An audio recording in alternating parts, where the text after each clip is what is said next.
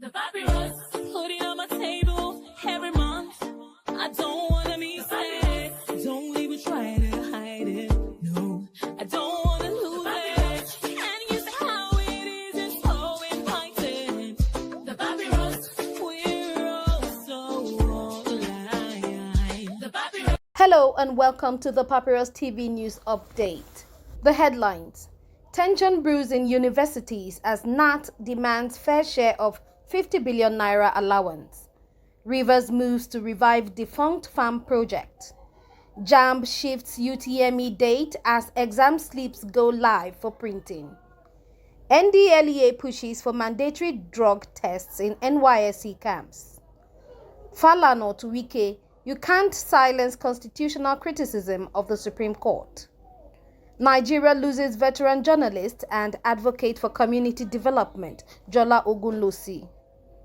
Warri Itakpe train service to remain suspended despite fixes, NRC announces. The details.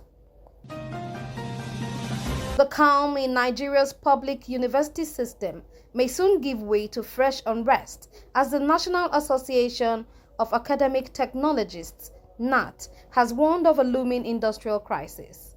The union is angered by the federal government's decision to release 50 billion naira in earned academic allowances, EAA, allegedly intended solely for members of the Academic Staff Union of Universities, ASU, without first consulting all relevant university-based unions.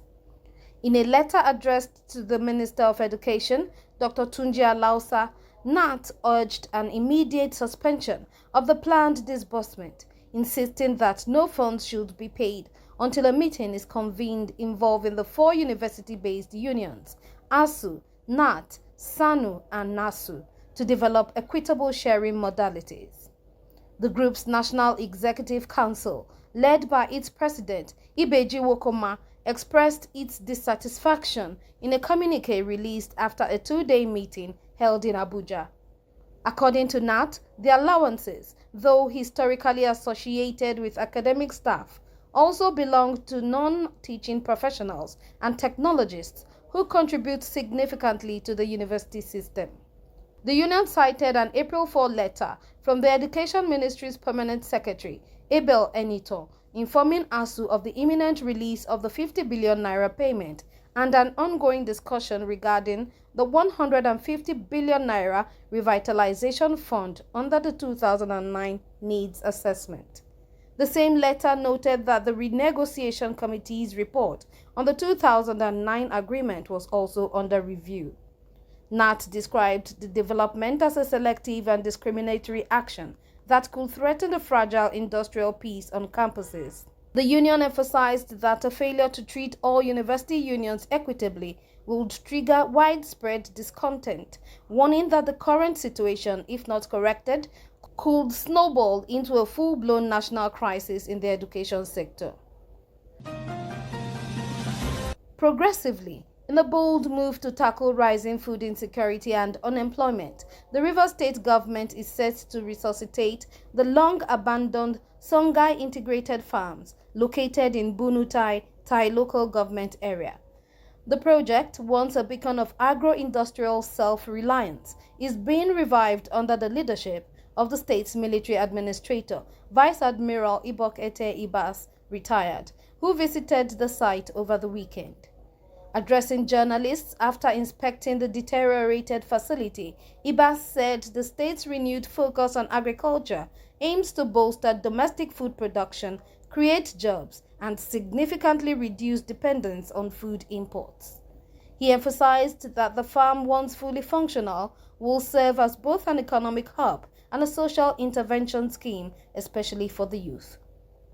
The administrator also called on community leaders and local residents to support the project by safeguarding government assets, working in collaboration with security agencies to prevent theft and vandalism. He linked the success of the Songhai revival to broader food security strategies that could have ripple effects across the national economy.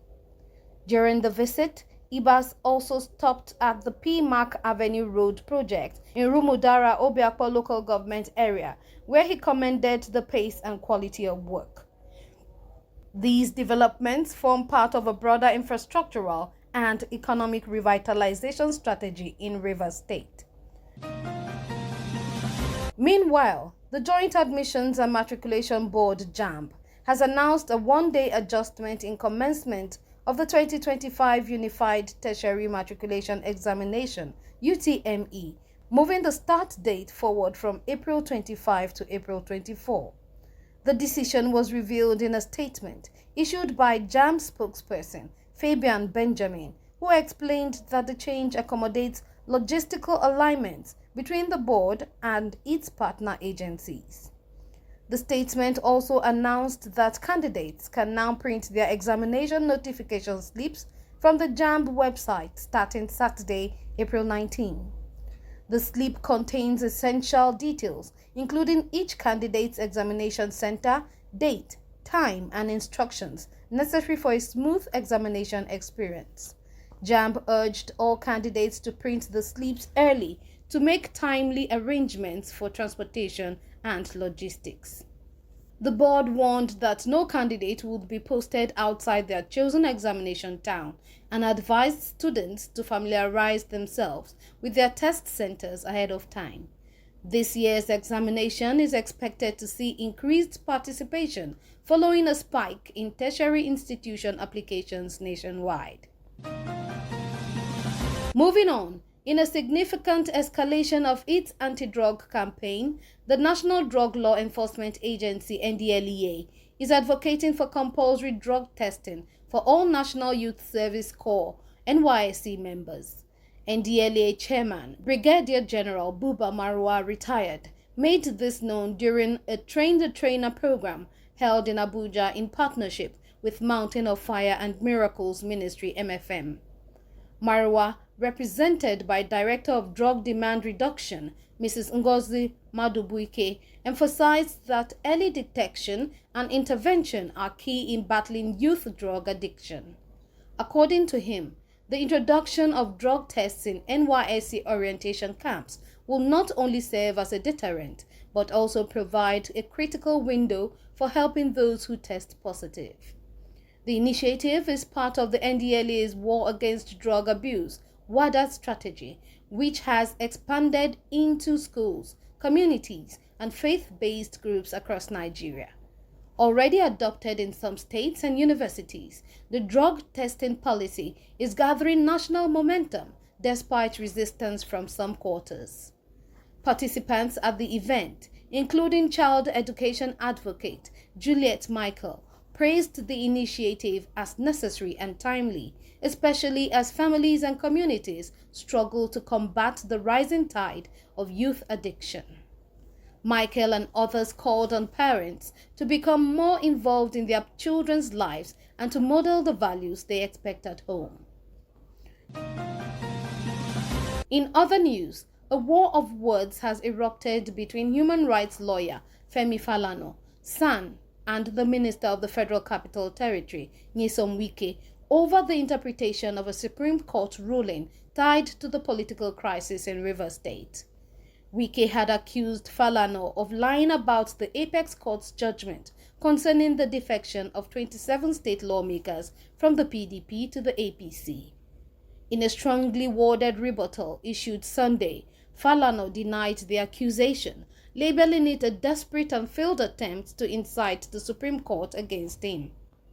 He clarified that the defection issue was raised suo motu on the court's own accord and was still pending before a federal high court in Port Harcourt.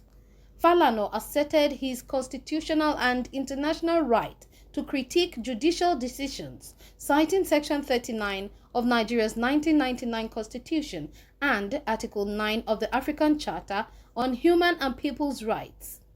He also dared Wike to file a formal complaint with the Legal Practitioners Disciplinary Committee if he believed any ethical line had been crossed. Falana accused the minister of hypocrisy, calling Wike's past attacks on judges when decisions didn't favor his political interests. In a parting shot, Falana dismissed Wike's taunts about him being a television lawyer, stating, "Only corrupt lawyers win every case in court." He warned that the Supreme Court's latest ruling, requiring a party register to prove defection, might embolden political opportunism if not reviewed in line with past judgments. Furthermore, veteran journalist and former National Secretary of the Nigeria Union of Journalists, NUJ, Mr. Jola Ogunlusi, has passed away at the age of 91 after a brief illness. His death, which occurred on the morning of Saturday, April 19, marks the end of a life dedicated to public service, advocacy, and journalism. A statement signed by TV personality Gbenga Aruleba described Ogunlusi as a man of integrity and tireless commitment to justice and fairness. Beyond his journalistic career, Ogunlusi was a respected community leader in Festac Town, Lagos, where he championed the creation of the Amuwo Odofin LCDA and served as president of its Residents Association. He also chaired the Community Development Council CDC in Amuwo Odofin, where his leadership left a lasting legacy. The family is yet to announce funeral arrangements, but has requested prayers and support during this time of grief. Conclusively, the Nigerian Railway Corporation (NRC) has extended the suspension of the Warri-Itakpe train service, citing ongoing safety upgrades and the need to improve service reliability. Train operators along the route were initially halted on April 10 due to major technical faults. Though those faults have now been rectified, NRC's acting spokesperson Callistus Uyimadu said further work is needed to implement long-term safety protocols and fine-tune operational standards. He emphasized that the downtime would also be used to upgrade equipment, improve customer experience, and put redundancies in place to prevent future breakdowns. Passengers are urged to remain patient as the corporation finalizes improvements to make the train service bigger, stronger, and better. No date has been set for resumption. The papyrus, put it on my table every month. I don't